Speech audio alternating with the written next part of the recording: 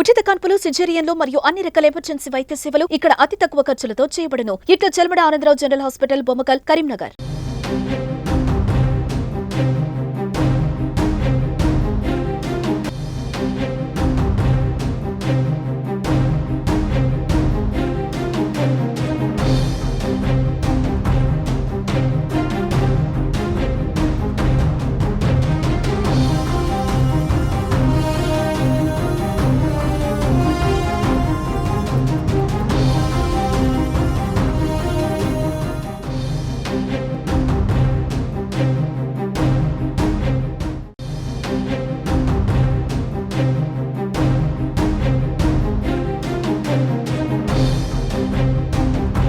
నమస్తే, welcome to Suman TV Karimnagar. నేను మీ అనిల్. అందరూ ఎప్పుడెప్పుడా అని ఎదురు చూసినటువంటి పట్టభద్రుల ఎమ్మెల్సీ ఎన్నికలు వచ్చాయి. నిన్న అందరూ ఎన్నికల్లో ఓట్లు వేశారు. ఎన్నికలు కూడా ముగిసిపోయాయి. ఈ ఎన్నికలంతా కూడా గత 6-7 నెలల నుండి కూడా ఈ ఎన్నికల ఫీవర్ మొత్తం కనిపించింది.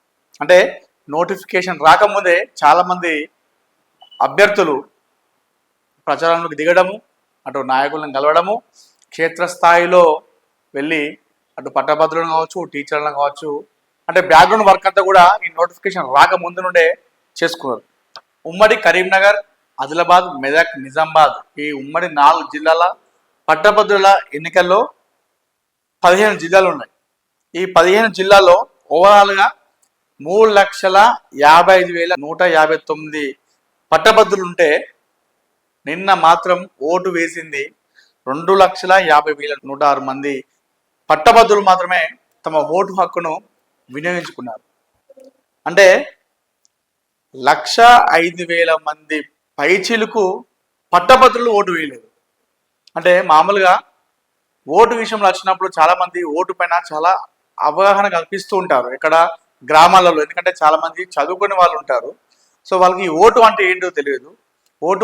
ఓటు వేస్తే ఏంటి, ఓటు వేయకపోతే ఏంటి అంటే దీని మధ్య తారతమ్యాలు చెప్తూ కొన్ని అవగాహన కల్పిస్తూ ఉంటారు. కానీ చదువుకొని అందులో పట్టభద్రులై ఉన్నటువంటి వీరు 1,00,000 మంది పైచిలకు ఓట్లు వేయలేదంటే అసలు ఇది చాలా దారుణమైన సిచ్యువేషన్.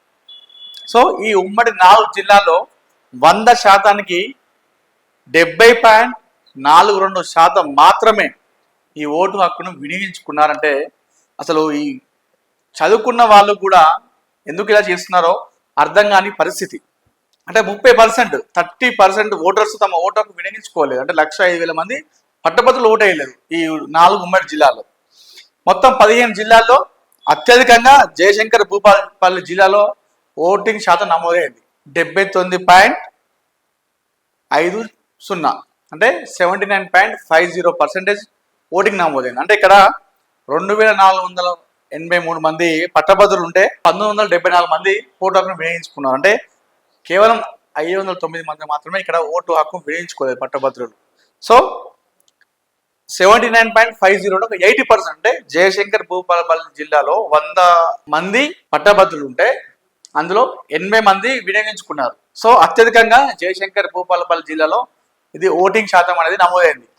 అయితే ఇందులో ఇప్పుడు నేను చెప్పే విషయం వింటే చాలా ఆశ్చర్యకరంగా అనిపిస్తుంది. అత్యల్పంగా చాలా తక్కువ ఓటింగ్ పడినటువంటి ప్రాంతం ఏదైనా ఉందంటే అది కరీంనగర్ జిల్లాలో.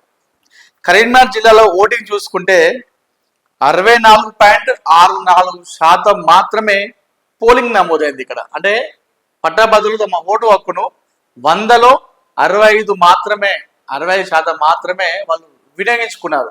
సో ఇది ఆశ్చర్యకరమైనటువంటి విషయం. ఎందుకన్నానంటే కరీంనగర్ కేంద్రంగానే ఇప్పుడు ఈ పట్టభద్రుల ఎన్నికలు కూడా మొత్తం జరిగినాయి. అభ్యర్థులందరూ కూడా లోకల్ వాళ్ళే.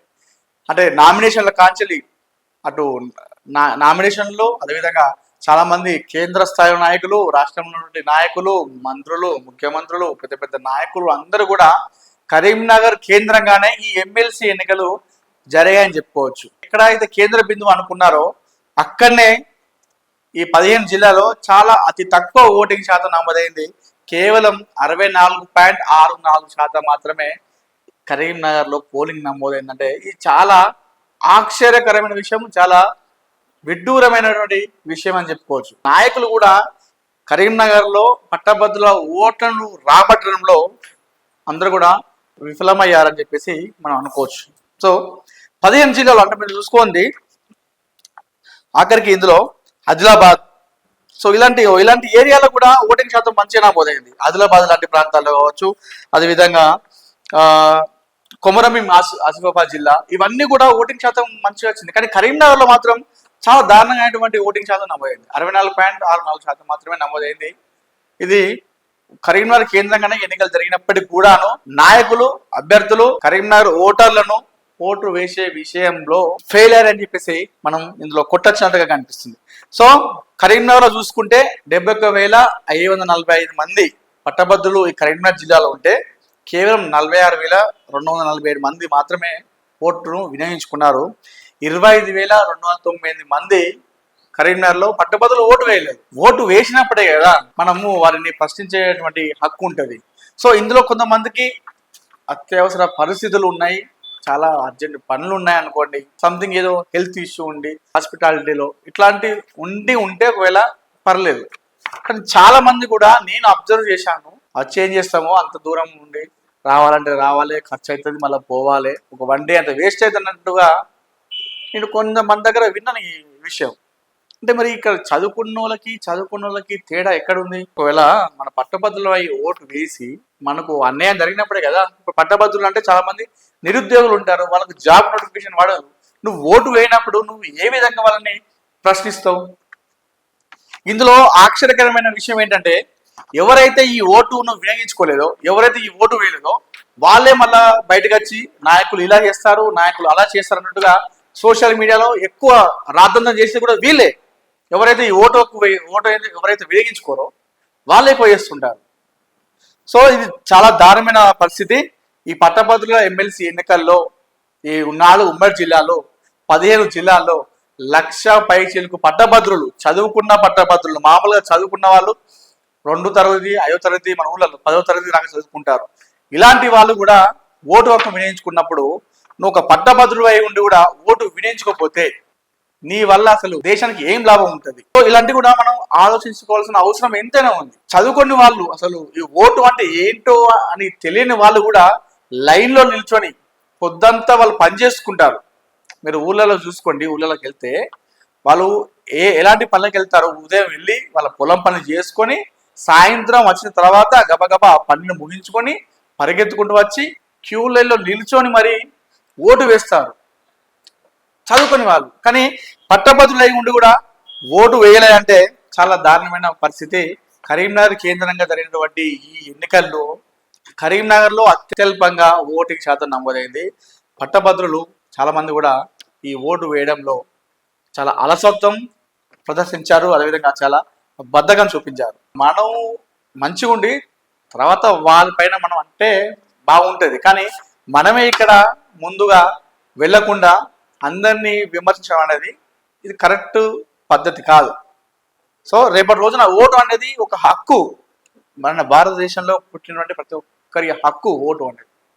ఈ ఓటు వేయడంలో చదువుకున్న వాళ్ళు ఇలా చేస్తే ఎటెళ్తుంది దేశం అనేది కూడా మనం అర్థం చేసుకోవచ్చు. సో మొత్తానికైతే ఈ 4 ఉమ్మడి జిల్లాలో ఓవరాల్గా 70.42% పోలింగ్ నమోదైంది, 100% గాను.